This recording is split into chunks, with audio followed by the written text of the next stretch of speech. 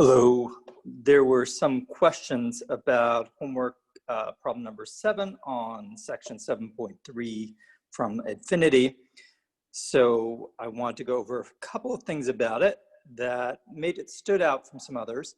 I did take it off the regular homework, but I think it's still worth going over again. It has a lot of the same portions that you would see for most of the trig substitution problems, but it doesn't look quite the same. And so the question is, how do we even approach this? How do we know what to do about it? We know that it's from this section, so at least that's a place we can start. First of all, let's take a look at what might be the big issue about this, and that is it doesn't even have the right form. We see it involves an x squared, but we're used to saying like, well, x squared plus a number or x squared minus a number or the reverse of those. But it doesn't look anything like that form because it's not a complete square even in terms of x. So we need to think about how to change it. And that idea that it's not even the right form, there's no full squared item in there, is the big hint. We need to do something that we should have done, and that is we need this term here to have somehow be squared. So the idea behind that is to do an old algebra trick, and that is complete the square. Right? Now, we actually did this in class for a different example, but you may not remember exactly how to do this, so I think it's worthwhile to say one or two things about that. Now, first of all, I'd like there to not be that 2 in front of there, so I'm just going to take that outside. Note the 2 still has to stay in the square root, but it's much easier to see what's going on if it's out front. The other thing is I want to have the x squared first. Again, it just makes it a lot easier to see what's going on and to work from there. So that's what we have. Now, in terms of completing the square, it can be a little bit more straightforward looking at that middle term. So you may remember what we do is, notice that this is a plus, so it's a plus. We take that middle term, divide it by 2, and square it. Well, that turns out to be just 1.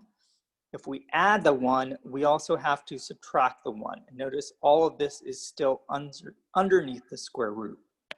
So once we have that, what do we do next? Well, let's write it in the standard form for completing the square as such like this. So this is now going to be x plus 1 squared minus 1 dx. It still, though, is not quite what we like.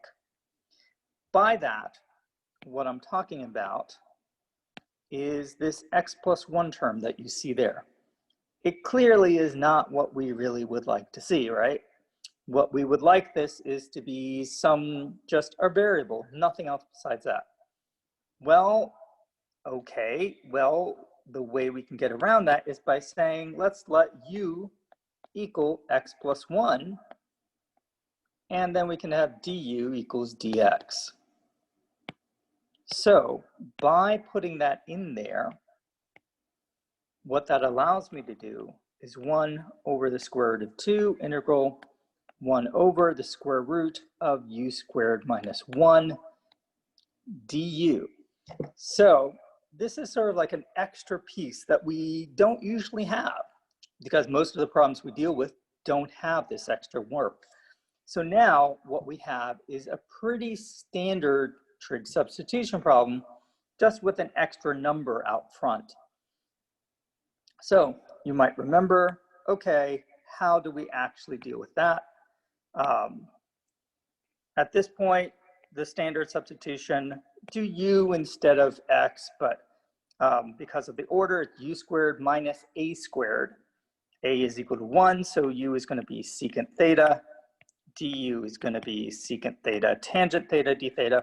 I do want to point out a lot of people had different numbers in there. I remember, for example, instead of 4x up here, it could have been 10x, for example. So you would have had a 5 here instead of a 1. And there's going to be a number of other things like that that you'll see. I'm sorry, this would have been 25. But what it all comes down to when you do this is that it's going to look pretty nice in terms of going through all things. It still is a long problem.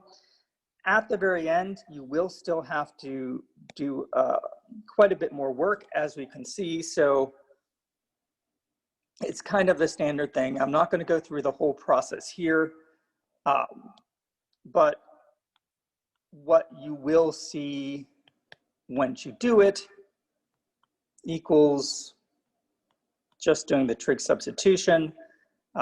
You'd get secant theta, tangent theta, d theta. This would be over secant squared theta minus 1.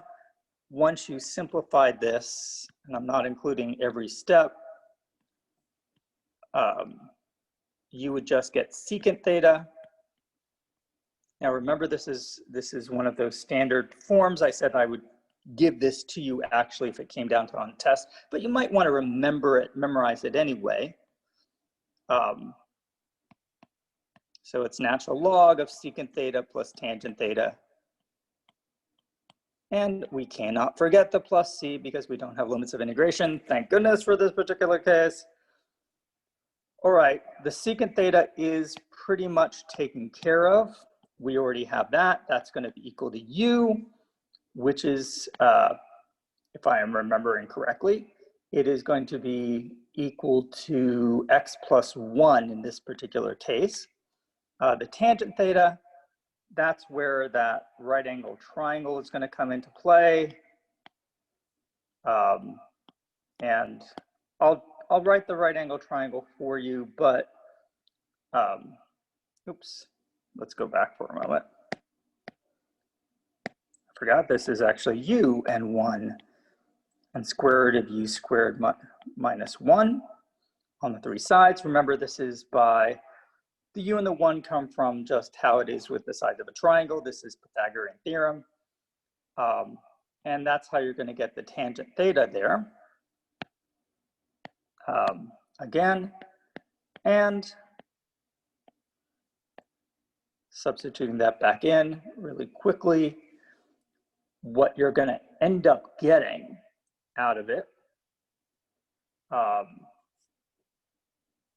oops, sorry,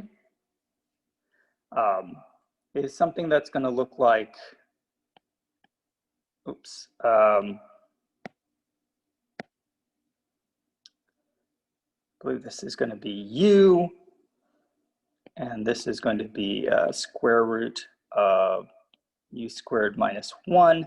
Now, I would say for some of you, if you have different numbers, they would be actually over a particular number. Then when you go back to original values, which you do have to do, by the way, that's going to be x plus 1. And this one simplifies to x squared plus 2x, which kind of resembles how it was originally. And that is what the solution will be. So if you want some extra details, please feel free to contact me. And otherwise, I will see you later. Bye for now.